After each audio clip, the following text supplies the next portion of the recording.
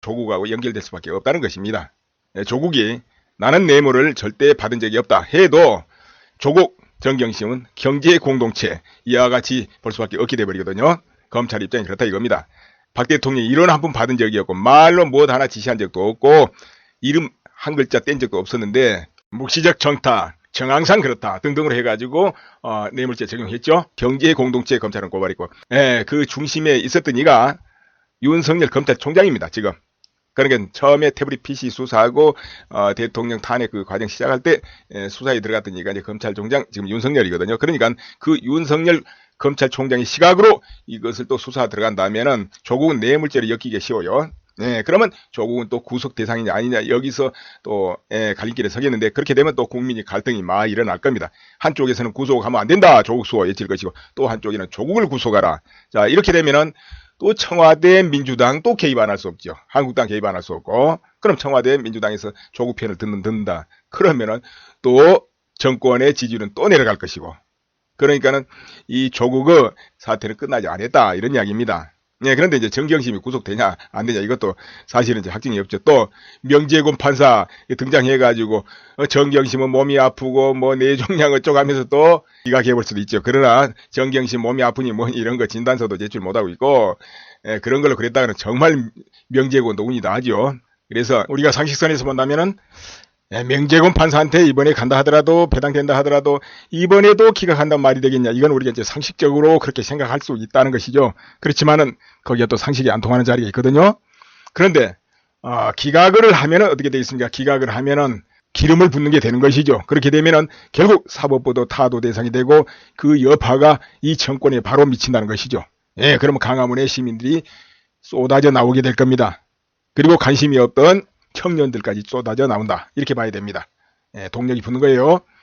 점점 동력이 붙습니다. 그런데 만약 구속영장 청구가 이것이 기각이 되지 않고 바로 구속이 떨어진다. 이렇게 되면은 이제 야권에서는 봐라. 검찰은 더 신속하게 수사를 해서 조국을 구속하라. 이렇게 이제 나가게 되는 것이죠. 국민이 또 그걸 요구하게 되고 그럼 이제 조국이 포토라인에 서야 되는 이런 운명이 다가온다. 이런 이야기 되죠.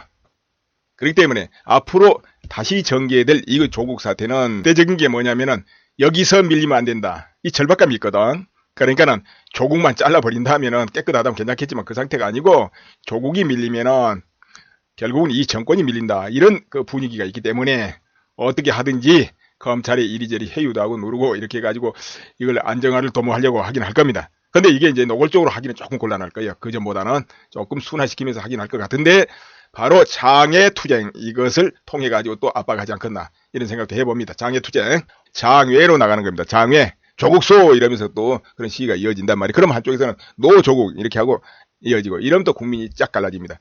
이 사태가 간단한 게 아닙니다. 직장에서도 여기서 갈라져서 서로 갈등이 생기고 이웃과도 이야기하다 보면 갈등이 생기고 오래된 친구도 여기서 차이가 나면은 서로 등져버리고 가족 간에도 그런 일이 벌어지고 이거 심각한 거예요. 이제 그래서 국민이 쫙 쪼개진다 이런 소리 나오는 거예요. 실제 광장에서 시위하고 부딪히니까 쪼개진다. 이거 아니에요. 정말로 쪼개지는 겁니다. 그런데 그런 것을 방치하는 이 정부가 무책임하다. 그 책임을 져야 된다. 이렇게 또 돌아갈 수밖에 없다니까요. 여기서 이제 그래서 이런 부분을 쭉 오늘 이야기해 가는데 홍콩 소식 조금 이야기해야 되겠네요. 이 중국군이 홍콩 경찰 내부에 개입을 해가지고 그러니까는 복장을 바꿔 입고 작업을 하고 있다. 혹은 중국의 공안들이 홍콩 경찰 내부에 섞여가지고 시위 진압하고 있지 않냐 이런 의혹이 끊이지 않고 있습니다. 그 전부터 홍콩 시민들 사이에 그럴 만한 이제 까닭이 있는데요. 이 홍콩에 백색 테러가 일어나고 있습니다. 백색 테러라는 것은 현재 홍콩 시위를 주도하는 그런 인사들에 대한 테러가 백주 대낮에 막 일어나고 있습니다. 노골적으로 일어나고 있어요. 위협을 가하고 그러는 것이죠. 그런데 그리고 그 동안에 지금 홍콩 경찰이 이 시위대를 제압하는 이것이 양상이 저 모습이 홍콩 경찰의 모습이었나 의문을 가진다는 것이죠. 왜 그러냐면 폭력성이 지나치고 그리고 여러 가지 자세 이런 것이 중국 본토의 공안들하고 모습이 흡사하다 이런 이야기죠. 그러니까 중국 본토의 공안들이 홍콩 경찰이 포함된 거 아니겠나 아니면은 중국군이 일부가 홍콩 경찰의 모습으로 이렇게 나타난 거 아닌가 이런 의심을 지금 받고 있습니다. 현재 이 백색 테러까지 겹치니까 화난 이 홍콩 시민들이 수만 명씩 나와가지고 마스크 쓰고 중국 은행이고 점포고 가차없이 막 불지르고 있습니다. 예, 그러다 보니까 또 이 시위를 진압한 쪽도 더 강경하게 하고 이거 서로 지금 양상이 막 불이 붙고 있거든요. 예, 그 전에 보면은 그 성폭행을 이렇게 당연히 저렇게 당연히 소문이 돌고 실제로 그런 일이 있고 또 바다에서 15세 소녀 시신이 발견돼 이런 거 있으면서 지금 홍콩 시민들의 중국에 대한 악감정이 굉장합니다 지금. 그렇다면 이 상태로 계속 진행이 된다면은 아마 통기구이 게릴라전으로 발전하지 않겠나 이런 생각도 해봅니다. 예, 노골적으로 중국군이 지금 홍콩 본토에 들어오진 않지만은 음으로 들어온다 이 말이에요. 그러면은 거기 대항해서 홍콩 시민들도 총기를 구입하고 게릴라전으로 가지 않을겠는가 이런 생각을 해봅니다. 자, 그렇다면 이제 그때쯤 되면 중국은 군을 보내가지고 홍콩을 완전한 중국화 이것을 시도하느냐 아니면 일국 양제를 굳건하게 지켜주느냐 이 결정을 해야죠. 심도 있게. 다시 조국 이야기 돌아가 볼까요? 조국이 민정수석하면서 이런 저런 일이 이제 일어났기 때문에 조국의 영향력을 바탕으로 해가지고 정경심이 움직였다. 이렇게 이제 검찰이 보기 때문에 결국은 그렇게 되면 이제 조국도 구속하는 방향으로 이렇게 검찰이 나갈 수도 있어요. 그러나 이제 엄청난 이제 저항에 직면하겠지만은 만약에 조국이 구속된다면 어떻게 될까요? 그러면 또 이런 방법도 있죠. 김경수 경남지사가 보석으로 석방되듯이 또 그렇게 보석 석방 이런 방법도 있겠죠. 그러다가 내년 4월에는 국회의원 총선 출마 이런 방안도 있어요. 국민의 심판을 받아본다 이렇게 하면서 이제 그런 과정에서도 글쎄 민주당에서 공천을 이제 안 해준다 하더라도 무소속으로도 나갈 수 있죠. 뭐 부산은 좀 어렵다 싶으면 서울에 그래도 좀 지지 세력이 있는 곳에 이런 곳에 나가서 해볼 만한 하기도 하는 것이죠. 이제 그러나 이제 여론이 너무 나빠지면은 또 그렇게 못 하겠지만은 이제 이런 과정을 거치면서 계속 갈등의 중심에 있을 수 있다 이런 이야기입니다.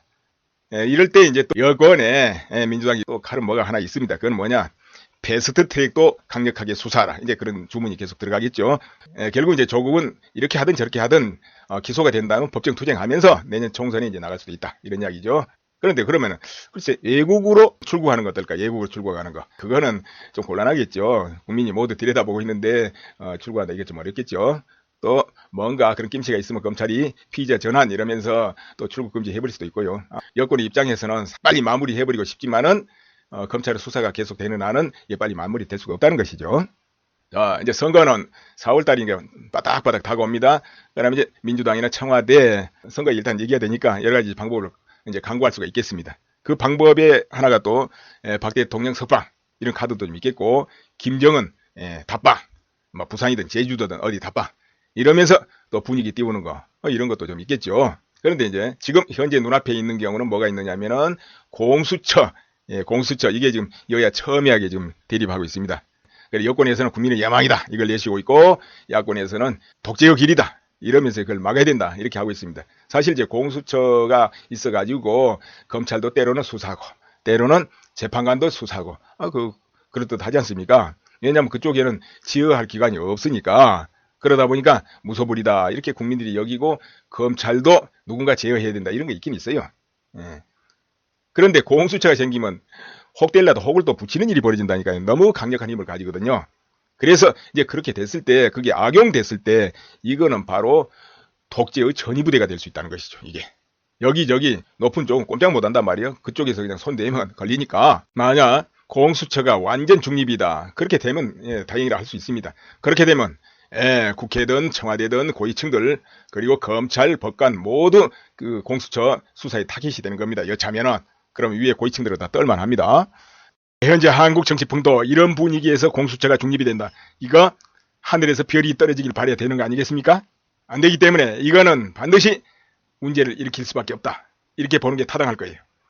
그러면은 현재 조국 수사 이런 것도 공수처에서 검찰 보고 우리한테 한번 넘겨줘야 돼요. 넘기고는 유야무야 해버리면 뭘 누가 어떻게 할 겁니까? 이런 부분이 있고 또 어느 한쪽만 바로 수사를 집중 대geb하고 어느 한쪽은 살짝 하고 이렇게 될 때 이건 이제 그냥 그 자체가 독재가 되는 겁니다. 그러니까 겁나죠. 일반 국민들은 해당이 안 된다 이렇게 할 수 있죠. 일반 국민한테 뭐 공수처가 뭐 하겠습니까? 현재 정권 지지율이 계속 내려가는 한은 이런 거 못하지요. 그러나 지지율이 그대로 유지만 되면 밀어붙이려 할 것이고 근데 이제 야당 쪽에서 자기 몸을 던져가지고 이걸 막으려는 그야말로 헌신적인 그런 이제 지도자가 있냐 여기에 걸리지 않는가 이렇게 싶어요. 그렇지만 지금까지는 보면은 말로 고는 강하지만은 뭔가 투쟁하는 것이 선비형 아니냐 선비형 이렇게 봐집니다. 자기를 던져버리려는 그런 지도자는 눈에 보이지 않습니다. 아직까지는 오히려 이 정강은 목사를 앞세운 기독교 단체들 저항이 오히려 정부를 압박하지 않겠냐 이런 정도예요. 그쪽은 신념이라는 거 있거든. 신앙심에 의한 신념. 앞으로 이 문정권 하강길 참 가파를 것 같아요. 과연 회복되겠냐? 이제 어렵다고 보죠. 왜 그러냐? 2년이 넘도록 너무 이 나라 기틀 정책을 막 흔들고 바꿨어요. 근데 이게 수습이 안 되고 되는 일이 없다는 것이죠. 가만 놔뒀으면 중간은 가는데 흔들었기 때문에. 그러니까 이제 다시 원위치해야 되는데 이게 쉬운 거야 아니라니까. 주 52시간 초과 근무 금지 이 조항. 이것도 계속 기업에서 차등 적용해달라 뭐 해달라 늘 주문했는데 전혀 밀어붙이다가 인제사 그걸 좀 해보려고 또 하는 거예요. 그래도 지금이라도 하는 게 좀 다행이지만은 그러니까 주 52시간 이거 어겨도 처벌하는 걸 유예한다. 이제 앞으로 뒤흔들었던 거 전부 다 복구해야 될 거예요. 그러니까 뭐 탈원전이 됐든 뭐가 됐든 전부 다. 자, 이제 이런 과정 이제 거치기 때문에 지금 뭐 지지율이 또 올라가냐 하지만 결국은 지지율이 빠질 수밖에 없어요. 그리고 그렇게 되고 지지율이 빠지면 또 여기저기 검찰 메스가 가해질 거 아니에요. 이 누적된 거 적폐에 대해서 적폐 누적이 왜냐하면 지금도 고발이 굉장히 많이 들어와 있기 때문에 그 수사가 이제 본격화되면 막 터져 나올 거예요. 그럼 국민 또 한 번 놀랄 거예요. 와, 저 정도였나? 이 정도. 예, 뭐 태양광 비리, 뭐 다른데 이런데 과정 뒤져보면 엄청 쏟아질 거예요. 또 낙하산 뭐 이런 거 그러다 보면 또 끼리끼리 뭐 기용하고 엉킨 거 이런 거 해다 보면은 또 직권남용, 권한남용 이런 것도 많이 터질 것이고 그렇게 진행된 걸 국민이 보면은 정말 또 한번 놀랄 겁니다. 저 정도였나 하고 그럴 수밖에 없어요. 박 대통령 정권한테 들이댔던 그 방식으로 들이대면 정신 못 차릴 거야 아마. 안보 부분도 이제 그런데요. 안보 부분에 예비역 장성 그러니까는 이제 지금은 대수장인데요. 그 수백 명의 그 예비역 장성들이 남북 군사합의서를 폐기해라 등등을 요구하고 있고요. 그리고 송영무, 정경두를 이적죄로 관계를 좀 정리해 드리면 조국은 2017년 5월에 민정수석이 됩니다. 그리고 두 달 후인 2017년 7월에 사모펀드에 74억 투자 약정을 체결합니다. 실제 투자액은 한 10억 정도 됐었다 하고요. 그렇다면 그 사모펀드 회사 이름이 코링크라는 회사이고 그 코링크라는 회사가 운용했던 펀드는 블루코어 밸류업 1호라는 펀드입니다. 이 펀드에 조국 가족이 74억을 투자하겠다 이렇게 약정한 것이 사실관계입니다. 그리고 조국 가족이 투자한 코링크라는 회사는 레드코어 밸류업 1호라는 펀드도 운영하고 있었는데요. 그렇다면 조국이 이 비트코인까지 손댄 것이 아닌가라는 그런 의혹을 받고 있는 이유에 대해서 좀 설명을 드리겠습니다. 우선 조국 가족이 투자한 코링크라는 그 회사는 블루코어 밸류업 1호라는 펀드 말고 레드코어 밸류업 1호라는 펀드도 운영하고 있었습니다. 2016년 8월에 유상증자를 통해서 이 레드코어 펀드가 아큐픽스라는 회사의 주식 224만 주를 24억 원에 사게 됩니다. 이때가 2016년 8월입니다. 3개월 후죠. 11월 달에 아큐픽스는 포스링크로 서명을 바꾸고 그 포스링크라는 회사가 2017년 6월에 블록체인 업체인 서트온이라는 회사를 인수합니다. 서트온이라는 회사는 2017년 9월에 비트코인, 이더리움 등을 거래하는 가상통화 거래소 코인링크를 개설하게 됩니다. 그런데 이때 시기를 보십시오. 조국 가족이 투자한 시기가 2017년 7월이라고 하지 않았습니까? 그러니까 서트온이라는 회사는 가상통화 거래소인 코인링크를 2017년 9월에 개설하게 됩니다. 그러니까 조국 가족이 투자하고 나서 두 달 있다가 가상통화 거래소를 개설한 것이 되는데요. 포스링크가 가상통화 사업을 준비하는 시기에 조국 가족이 집중 투자를 했고 두 달 있다가 그 포스링크는 가상통화 거래소를 개설한 겁니다. 그런데 코링크 회사가 서트온이라는 회사를 인수한 게 2017년 6월이라고 하지 않았습니까? 그런데 2017년 6월에 서트온을 인수하기 3개월 전, 그러니까 2017년 3월이죠. 2017년 3월에 조국 처남이 코링크의 주주가 됩니다. 그리고 나서 7월에는 온 가족이 14억을 코링크에 투자를 하게 됩니다. 그러니까 정리를 하면 조국 처남이 코링크 주주가 되고 3개월 있다가 서트온을 인수하고 그 서트온은 가상통화 거래소인 코인링크를 개설하게 됩니다.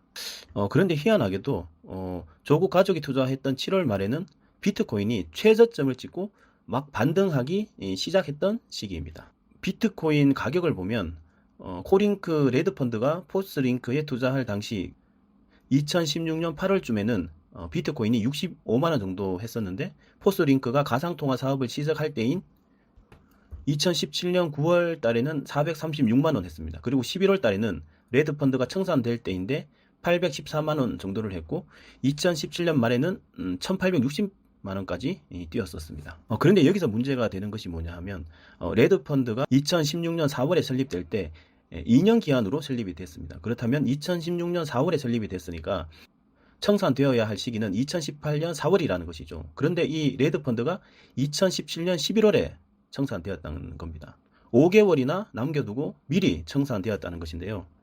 희한하게도 이렇게 레드 펀드가 청산되고 나서 한 달 있다가 박상기 법무부 장관이 비트코인 거래소를 폐쇄하겠다. 뭐 이렇게 발언을 해가지고 비트코인 가격이 급락을 했었습니다. 그렇게 급락하고 나서 이 반등을 못하고 있는 상황입니다. 그래서 결과만 놓고 보면 그러니까 조국 가족이 투자한 펀드 회사가 비트코인이 쌀 때 거래소를 만들고 그리고 비트코인 가격이 급락하기 직전에 청산을 해버렸습니다. 그리고 나서 박상기 법무부 장관이 거래소 폐쇄라는 발언을 해가지고 비트코인이 완전히 가격이 폭락을 했죠. 그리고 나서 다시 반등을 못하고 있는데 그래서 조국 후보자가 비트코인까지 손댄 것이 아닌가라는 그런 의혹을 받고 있고 야당에서는 코링크 실소유주가 조 후보자의 오촌 조카라는 증거가 다수 나오고 있다고 하면서